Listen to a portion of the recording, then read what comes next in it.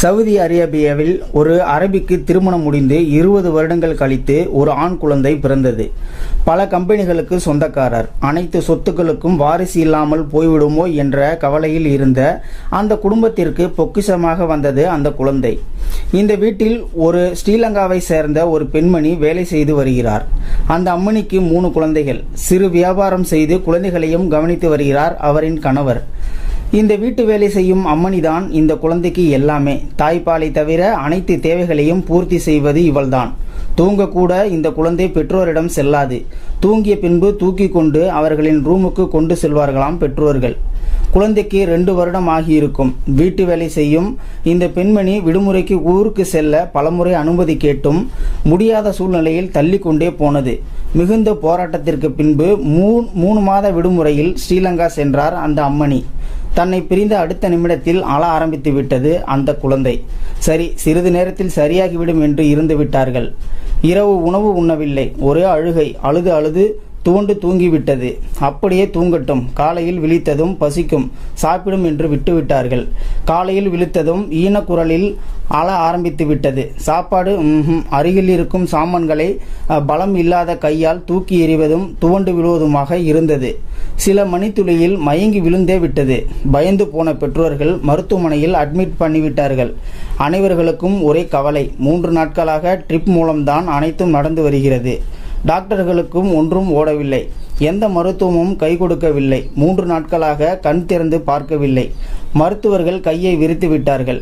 ஒரே மருந்து, அந்த வேலைக்கார பெண் இங்கு வந்து ஆகணும், இல்லை என்றால் இப்படியே கோமாவில்தான் குழந்தை இருக்கும். அதன் பின்பு ஒன்றும் நல்லது சொல்ல இயலாது என்று கூறிவிட்டார்.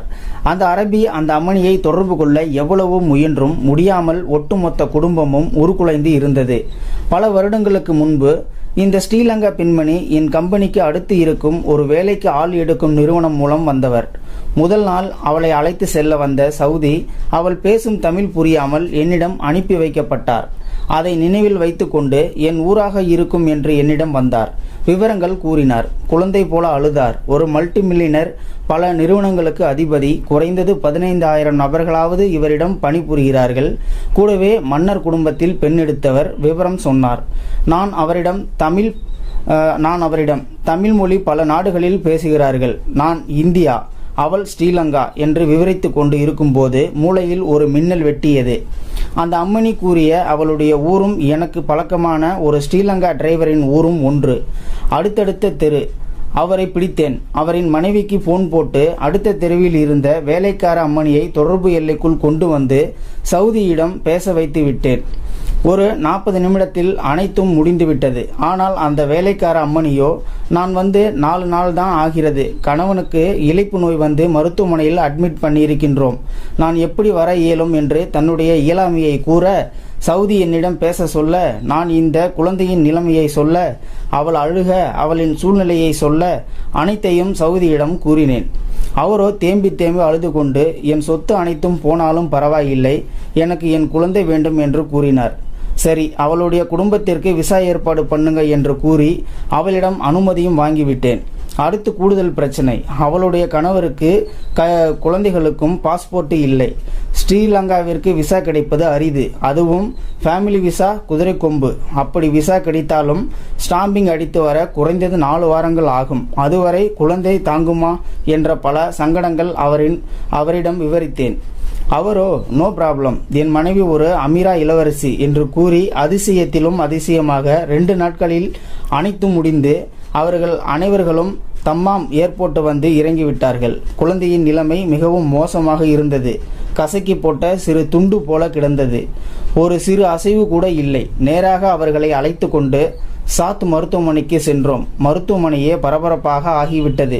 குடும்பத்தார்கள் கூட்டம் ஒரு பக்கம், நண்பர்கள், நிறுவனத்தில் முக்கிய ஆட்கள் என்று பெரும் கூட்டம். குழந்தை இருந்த அந்த சூட்டுக்குள் சென்றோம். குழந்தை இருந்த நிலையை பார்த்ததும் அந்த வேலைக்கார அம்மணி கதறிவிட்டார். அவளை தேற்றி ஆறுதல் படுத்தி குழந்தைக்கு அருகில் அழைத்து சென்றோம். மெதுவாக அம்மணி ஆதில் ஆதில் ராஜா என்று கூற காலின் பெருவிரல் அசைய ஆரம்பித்தது. இங்கிலாந்து மருத்துவர் சைகை காட்ட காட்ட அந்த அம்மணி ஆதில் ஆதில், ராஜா ராஜா, என் ராஜா என்று கூற கூற ஒரே நிசப்தம். எனக்கோ ஏதோ ஒரு தியேட்டரில் படம் பார்த்து கொண்டு இருப்பது போல ஒரு உணர்வு. சிறிது சிறிதாக குழந்தையிடம் அசைவு தெரிய அனைவர்களின் முகத்திலும் பிரகாசம் தெரிய ஆரம்பித்தது. ஒரு 20 நிமிடத்தில் கண்ணை திறந்தான். அருகில் இருக்கும் கத்தாமாய் பார்த்தான். எப்படித்தான் அவன் உடலில் இவ்வளவு சக்தி இருந்ததோ தெரியவில்லை. சடார் என்று எந்திரிக்க உடலில் இணைக்கப்பட்ட வயர்கள் டியூப்கள் எல்லாம் தெறிக்க அவளை கட்டிப்பிடித்து முதுகில் குத்து குத்து என்று குத்தி கருத்த அவளுடைய முகத்திலும் கன்னத்திலும் முத்தங்கள் பொழிய அனைவர்களுடைய கண்களிலும் கண்ணீர் உருண்டு ஓடியது. எத்தனை பாசமலர் படம் பார்த்தாலும் இந்த காட்சி கிடைக்காது. அங்கு வந்து இருந்த அனைத்து பெண்மணிகளும் அந்த வேலைக்காரியை முத்தத்தால் நனைத்தார்கள். சிறிது நேரத்தில் அந்த வளாகம் குதூகலமாகவும் சந்தோஷமாகவும் ஒரு பார்ட்டி ஹால் மாதிரி உருமாறிவிட்டது. அந்த வேலைக்கார பெண்மணி சாப்பிட்டு கொண்டு இருந்த எச்சில் பட்ட கேக்கை அந்த குழந்தை பிடுங்கி தின்ன கூடியிருந்த அனைவர்களும் ரசித்து பார்க்க ஒரே பரவசம்தான். அப்புறம் அவருடைய கணவருக்கு அதே மருத்துவமனையில் அதே ஷூட்டில் மருத்துவம், அவர்களின் நிறுவனத்தில் நல்ல ஊதியத்தில் வேலை, குழந்தைகளுக்கு நம்ப முடியாத பள்ளியில் உயர்ந்த கல்வி. கொடுக்க நினைப்பவன் கொடுக்க நினைத்தால் வாழ்க்கையே வசந்தமே. இந்த வீடியோ பற்றின கருத்துக்களை கீழே இருக்கிற கமெண்ட் செக்ஷனில் மறக்காமல் சொல்லுங்கள். இந்த பதிவு பிடிச்சிருந்தா ஒரு லைக் பண்ணிக்கோங்க. இந்த பதிவை முடிஞ்ச அளவுக்கு மற்றவங்களுக்கும் ஷேர் பண்ணுங்கள். அப்படியே நம்ம சேனலை சப்ஸ்கிரைப் பண்ணிக்கோங்க. மறக்காமல் பெல் சிம்பிளையும் கிளிக் பண்ணிக்கோங்க. நன்றி, வணக்கம்.